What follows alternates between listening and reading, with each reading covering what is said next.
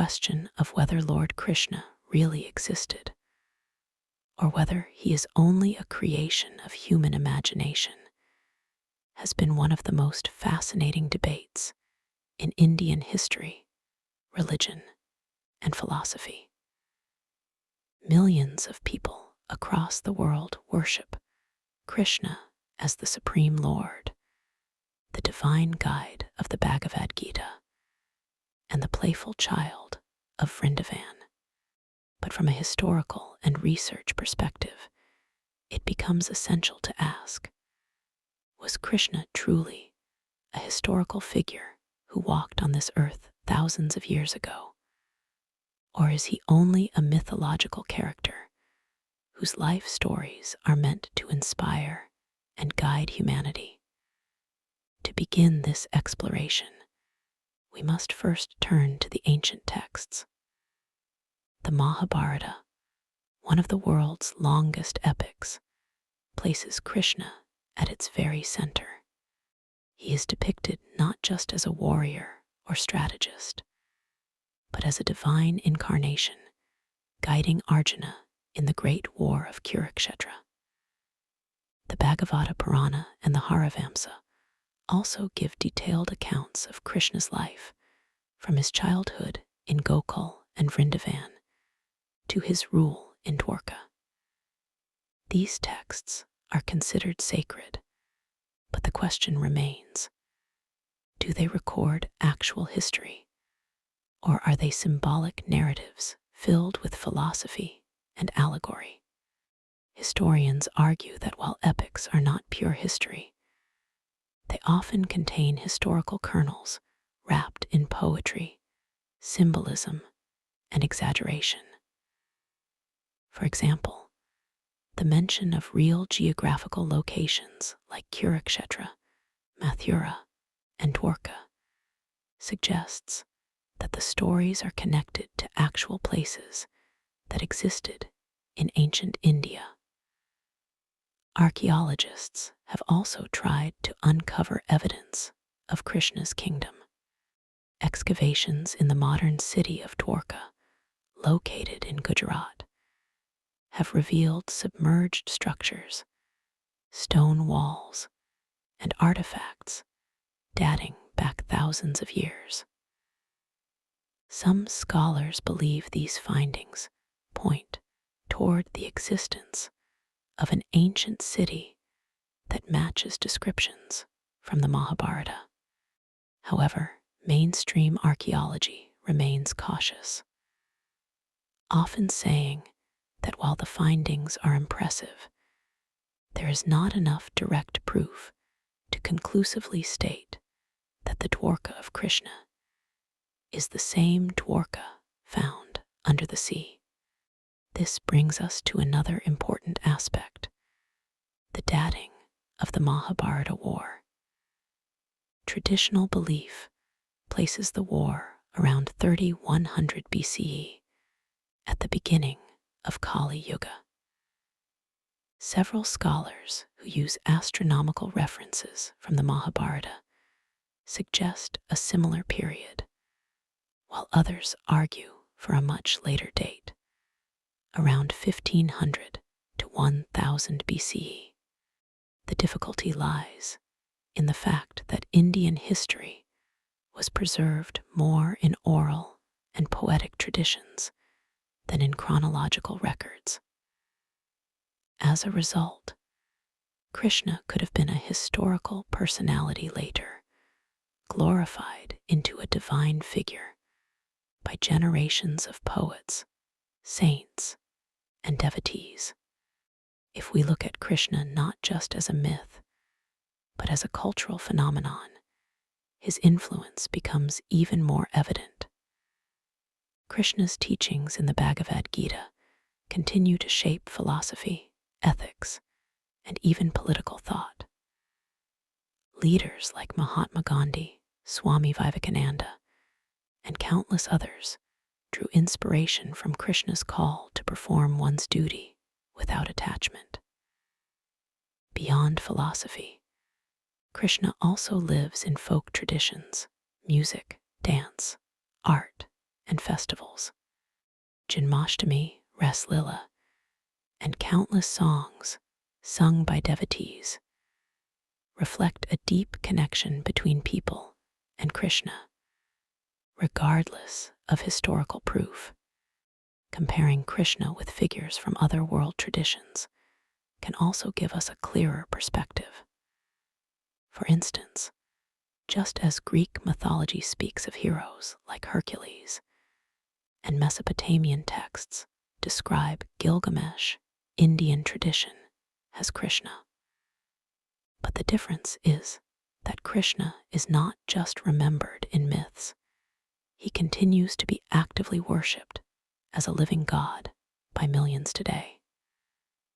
This continuity of devotion, spanning over 3,000 years, makes Krishna unique. Even if historians question his existence, his presence in the hearts of devotees is undeniable. There are also interesting parallels in how myth and history overlap. Take the example of Troy. For centuries, people believed the Trojan War was only a legend described in Homer's Iliad. But in the 19th century, archaeologists discovered the ruins of Troy, proving that the war may have had a historical basis. Similarly, the search for Krishna's Dwarka might one day yield more conclusive evidence that his life was rooted in reality. At the same time, some scholars argue that Krishna is not a single individual, but rather a symbolic representation of multiple traditions and local deities. Over time, these traditions may have merged into one grand narrative that became the Krishna we know today. His character combines playfulness, heroism, divinity, and philosophy. It is possible that Krishna represents a fusion of cultural memories, part real history, part poetic imagination, and part spiritual symbolism. But even if Krishna's historical existence cannot be proven beyond doubt, his impact on Indian civilization is unquestionable. He has shaped art, literature, music, and dance. The classical dance form, Bharatanatyam, often portrays stories of Krishna, while North Indian folk songs celebrate his childhood mischiefs with butter and his love for Radha. Painters across centuries, from miniature artists to modern painters, have tried to capture the charm of Krishna's flute, his peacock feather, and his divine smile. His presence is so deeply woven into Indian culture that separating myth from reality becomes almost impossible. From a research perspective, the quest to know whether Krishna was real is not about proving faith wrong or right. Rather, it is about bridging history and belief, about exploring how mythology and spirituality can grow out of real events, and how legends preserve truths in symbolic ways. For many, Krishna is eternal consciousness beyond the limits of history. For others, he may have been a remarkable leader whose life became immortalized in sacred texts. Either way, his story continues to inspire. The ultimate conclusion of this research exploration is not a final yes or no answer, but rather an invitation to see Krishna in multiple dimensions. As history, he may have been a ruler of Dwarka. As mythology, he is the playful cowherd who dances with the gopis. As philosophy, he is the teacher of the Bhagavad Gita. And as devotion, he is the eternal Lord who resides in the hearts of millions. Whether historical or mythical, Krishna is real in the influence he carries, in the faith he generates, and in the wisdom he imparts. So the question, did Lord Krishna really exist, or is he just imagination, can be answered in many ways. From the standpoint of archaeology and history, the search is still incomplete. From the standpoint of culture and philosophy, his existence is undeniable.